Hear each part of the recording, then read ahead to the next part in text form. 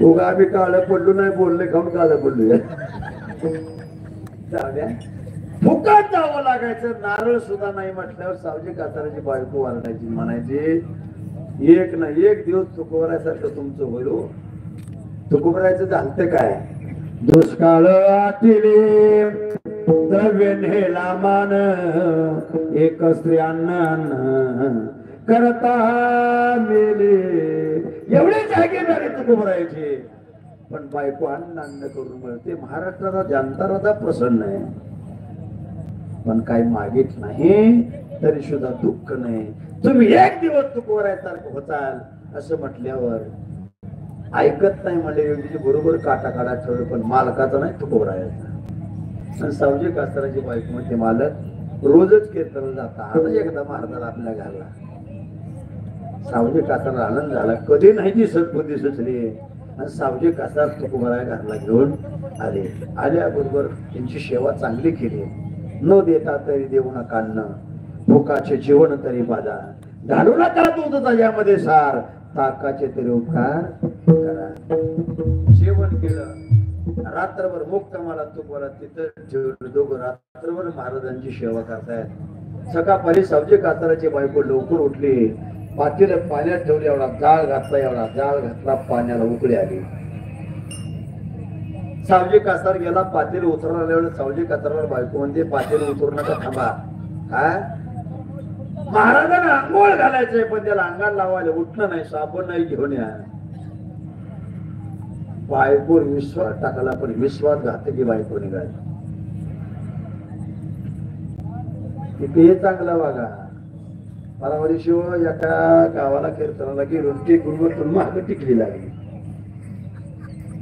कुठे घरी गेलो शर्ट अडकवला, आता टिकली बरोबर.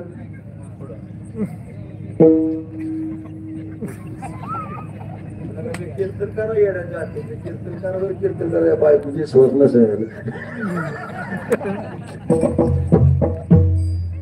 सावजी काताराच्या बायकोवर विश्वास टाकला, उठणं आणि साबण आणण्याकरता गेली. एवढ्या तुकोबराला पाठावर बसला, तेवढं उकळलेलं पाणी. सावजी काताराच्या बायकोनं तुकोबरावर भाड भाड भाड भाड अंगाची लायलाय झाली, फोड आले. सावजी काताराच्या बायकोला काय न बोलता जळो माझे काया लागला बोलवा, आणि दावरे पंढरी माये बापा पंढरी राया उढळा उढळा. अनेक काळात माझ्या बाळूमामाला तुम्ही बघितला तर मी बोलत आहे, टाइम संपत आलाय. कारण तुम्ही बाळू मामाचे चरित्र ऐकून, कथा ऐकून, युट्यूबला सर्च करा बाळू मामा कथा. आता कीर्तनकार तीच बघतो ती येऊन सांगतो. या काय सांगतो मला सांगा. प्रत्यक्षात अनुभव कुणी घेतलेला. गोष्टी सांगणं सोपं आहे, पण अनुभवात सांगणं फार अवघड आहे. ज्याचा त्यांना अनुभव आला ते लोक त्यांचा अनुभव मुखानं सांगत नाहीत. का सांगत नाहीत तर त्यांचं कथा, त्यांची चरित्र मुखानं सांगायसारखं आपलं मुख नाही. त्याला ताकद असायला लागते. आबा काय सांगू का, छत्रपती शिवाजी राजे तुकोबरा कीर्तनात बसले, मोगलांनी येडा दिला. तुकोबराने देवाला जा विचारला, वंश परंपरा दासो मी अंकित, आणि तुका मोगलीचा लाज कोणा.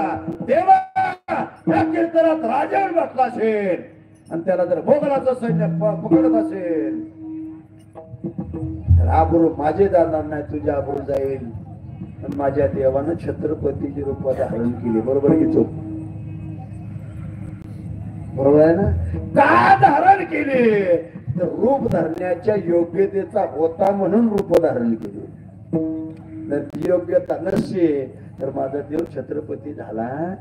ती योग्यता आपल्याकडे असावी, त्याच्याकरता चरित्र नुसतं सांगून चालणार नाही, तर त्याचं अनुकरण सुद्धा करायला पाहिजे. आणि ते अनुकरण करण्याकरता भगवंताचं नामचिंतन मुखामध्ये असायला पाहिजे. रात्रंदिवस भजन करतात गोविंदासनी गोविंद शयनी, आणि गोविंद त्या म्हणे वैसलाशाच्या भक्ताच्या मनामध्ये भगवान परमात्मा आहे. आपल्या मनात आहे का नाही? आहे, पण विशेष रूपात नाही. हे दुर्दैवाचे बाब आहे. आणि